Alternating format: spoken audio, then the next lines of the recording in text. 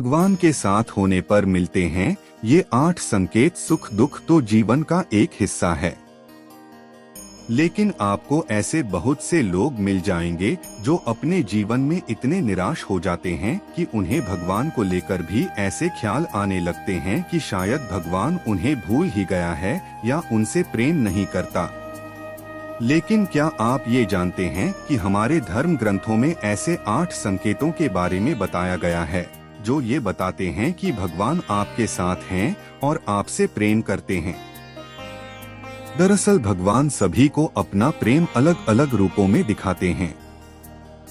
किसी के जीवन में अपार दुख होता है तो किसी के जीवन में सब कुछ मिल जाता है। लेकिन जब ऐसा होता है तो उसका भगवान से विश्वास उठने लगता है और इस सोच में पड़ जाता है कि क्या अब हमारे लिए भगवान का स्नेह है कम हो गया है। किंतु मित्रों, आपके इस दुविधा को दूर करने के लिए हम ऐसे 8 संकेत को बताने जा रहे हैं जो भगवान आपके साथ है या नहीं स्पष्ट करते हैं। ईश्वर यदि आपसे प्रेम करते हैं तो उसके लिए जो पहला संकेत है उसके अनुसार आप जो भी करेंगे उसमें विफलता मिलेंगे। जी हाँ, सुनने में ये आपको थोड़ा अजीब लग रहा होगा कि जब भगवान का साथ है तो विफलता क्यों?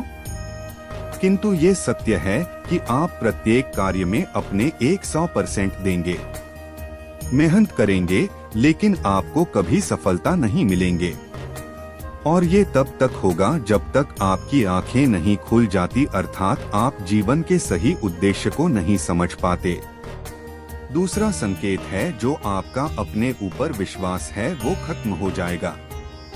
जी हाँ, जब ईश्वर आपके साथ होते हैं तब आपको बिल्कुल अकेला महसूस होता है।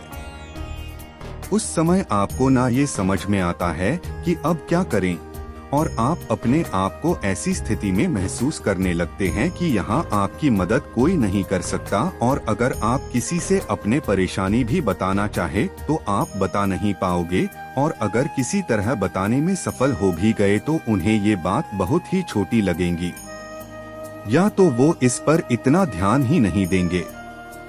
भगवान के तीसरा जो संकेत होता है वो ये है कि आपके जीवन में दुख चरम सीमा में होगा। में आपको लगने लगेगा कि अब हमारे जीवन में इससे बुरा क्या ही हो सकता है।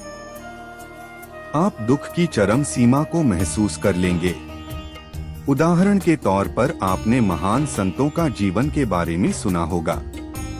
सब अपने जीवन में बड़े से बड़े दुखों से घिरे हैं और उनके मन में वैराग्य आया है। फिर इस जीवन और भौतिक सुखों से आगे बढ़कर उनके मन में ईश्वर को जानने की एक प्यास जगी और अंत में उन्होंने ईश्वर का साक्षात्कार भी प्राप्त कर लिया। इन दुखों से किसी भी मनुष्य का टूटना तो जायज़ सी बात है, लेकिन यही दुख उनके मन में ईश्वर के प्रति प्रेम विकसित करने में सहायक होता है, और वो इस सच्चाई से अवगत हो जाता है कि संसार में सारे सुख नहीं हैं। कुछ ऐसा भी है जो इस संसार से परे है, और वो शायद ईश्वरी है। ईश्वर हमें सबसे पहले हारना सिखाते हैं, क्योंकि आप जब तक हार का सामना नहीं करेंगे तब तक जीत को समझ नहीं पाएंगे। चौथा संकेत ये है कि जब आपकी सारी उम्मीदें टूट जाएंगी तब आपकी भीतर एक नई खोज शुरू होगी, यानी कि आपके अंदर एक खोज शुरू होगी जिसमें आप खुद को ही परखेंगे, अपनी कमियों और खामियों की जड़ तक जाने का प्रयास करेंगे, और अब आपके अपने जीवन में जो कुछ भी आपने खोया है या फिर जिसमें विफल हुए हैं उसका कारण ढूंढने लगेंगे और खुद से सवाल करना शुरू कर देंगे। और यही वो वक्त है जब आप खुद ही अपनी अंतरात्मा से जुड़ने लगते हैं और आपके जीवन में एक नया बदलाव आता है। भगवान अगर आपके साथ है तो आपके चरित्र में बदलाव होने लगेगा। जब आप खुद से जुड़ने लगते हैं तब आप खुद को और अपनी खामियों को भी समझने लगते हैं।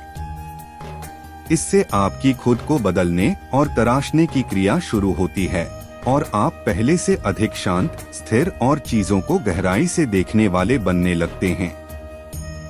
जब भी हम ईश्वर की खोज की राह में जाते हैं तो वो सबसे पहले हमारे अंदर बदलाव लाते हैं ताकि हम उसकी भाषा को समझ सके। जब तक हम ईश्वर के गुणों को नहीं समझते तब तक हम ईश्वर और उसके प्रेम को भी नहीं समझ सकेंगे।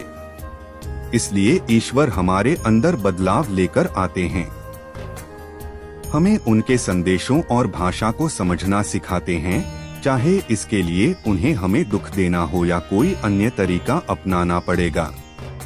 छठा संकेत है, आपका किसी भी चीज में हार जीत का अनुभव नहीं करेंगे। जवाब बदल चुके होंगे, आपने अब बदलाव आ रहा है। आपके अंदर जीवन को देखने का जो नजरिया था उसमें परिवर्तन आ रहा है, जिससे बाहर घट रही घटनाओं का असर भी आपके अंदर बहुत कम होगा।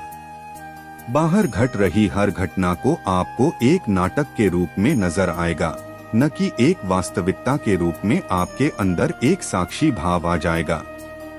सातवां संकेत, जब आप कोई महसूस होने लगेगा कि आप ईश्वर के बहुत निकट पहुंच चुके हैं, लेकिन तभी आपको एक बड़ा झटका लगेगा। इसे आप ईश्वर की सबसे बड़ी कड़ी परीक्षा कह सकते हैं। यहाँ आपका विश्वास, आपकी बुद्धि सब तोली जाएगी जो कुछ भी आपने अपनी यात्रा और साधना के द्वारा सीखा है।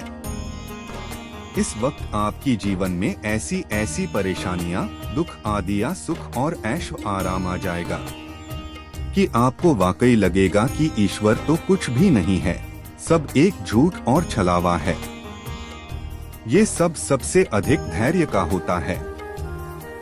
यदि आप इस वक्त अपने पद से विचलित नहीं हुए तो आठवें संकेत के रूप में ईश्वर या तो खुद आपके समक्ष प्रस्तुत हो जाते हैं, फिर चाहे वो किसी भी रूप में हो।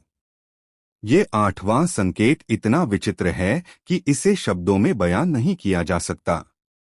इस स्थिति में पहुंचने पर आपके मन में बिल्कुल भी संदेह नहीं रह जाएगा कि ईश्वर आपके साथ है, बल्कि आपको हर पल ईश्वर के साथ का एहसास होगा और आपको ऐसी अनुभूति होगी जिसे आप शब्दों में बयान नहीं कर पाएंगे।